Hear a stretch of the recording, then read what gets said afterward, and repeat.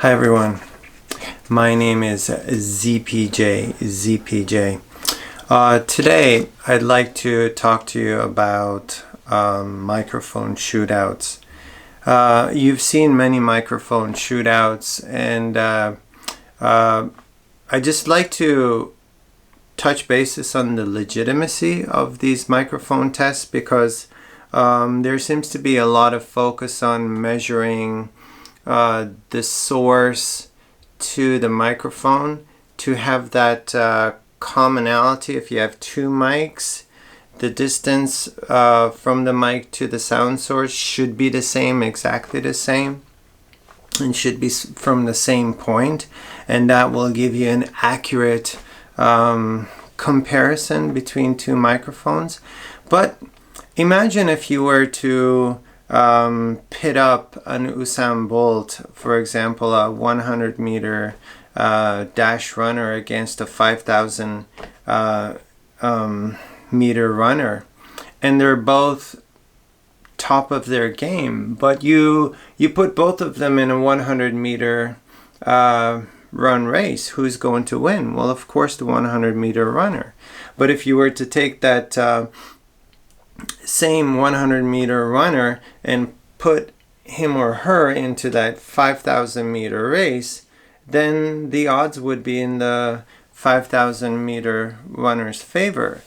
And it's the same with mics, because mics have their own sweet spots, and they have their own proximity effects. And each mic is good at a different distance. Each mic has different proximity effects depending on how far they are from the source. So some mics are better off close to the source. Some mics are better off further away from the source. But if you take two mics and you measure exactly the distance of that particular mic to the sound source, and you measure it to the closest millimeter, and then you pit it up against another mic that is the same distance away from the sound source.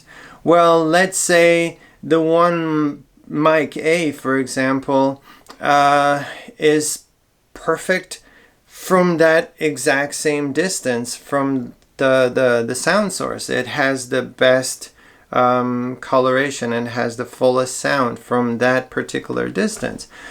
Whereas the other one might have a different sweet spot, might have a better recording from further away or closer to the sound source. Well, which mic is going to win? Of course, the one that's within its own sweet spot. So measuring two mics, pitting up two mics against one another, depending on how far they are from the sound source, it's biased. If you really want to know what a mic sounds like against the other, why don't you look at the manufacturer's recommendation? What do they recommend? How far should that mic be from the sound source? And pit up mics against one another in their that favors their own unique qualities in their own environment. Again, I have to say, even in swimming is swimming, but a person who's good at the breaststroke will not be good at the butterfly, or vice versa. There are swimmers who are good at multiple disciplines. I mean, Michael Phelps was one of them, and I think I'm pronouncing his name correctly. And there are mics that are good in different scenarios from different distances, but they're not always good. I mean, if you record a mic, or if you record a sound source that doesn't have any other interference, so there's no mix of other instruments or vocals on that recording, but you want a mic that produces a full body, and you say, oh, this mic sounds great because it produces that wide range from the tops to the lows, the mids, everything is great. And you say, wow, this recording's wonderful. But as soon as you throw that recording into mix, it gets lost. So you need a mic for its purpose. The Shure SM7B and the Shure SM58 are great examples. They're not the best mics if you put them up against other mics distance-wise from a particular sound source, recording an instrument on its own. They're not the best mics for that, but they are the best mics. The Shure SM58, for example, is the best mic for the stage, a live performance setting. The Shure SM7B is a great mic for singing singing a track that's going to be included in a mix, especially if you turn on the frequency boost, because that frequency boost region on that frequency graph is right where the vocal presence is most well pronounced.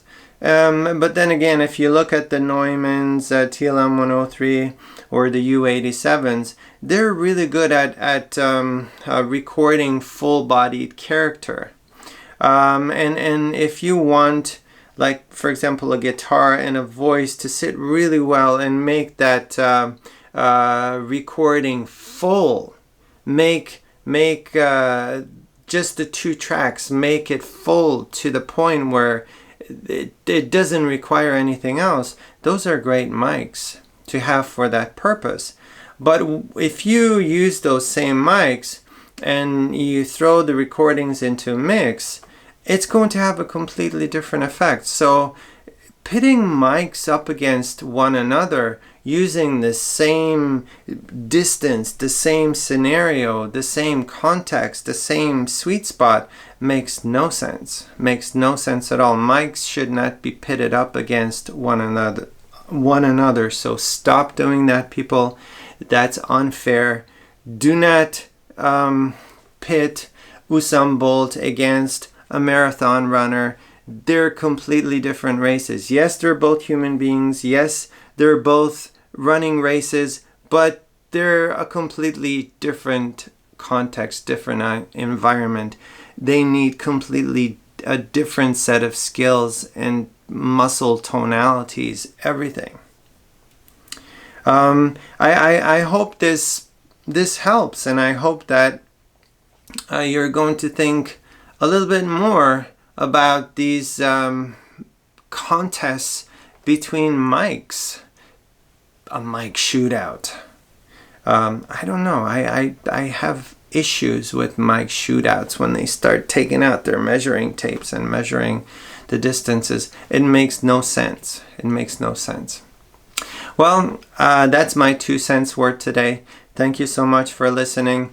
As always, ZPJ, please don't forget to hit that subscribe button. I really appreciate your support, and I'll try to bring you as much of this kind of content as often as possible. Thank you so much. Over and out, ZPJ.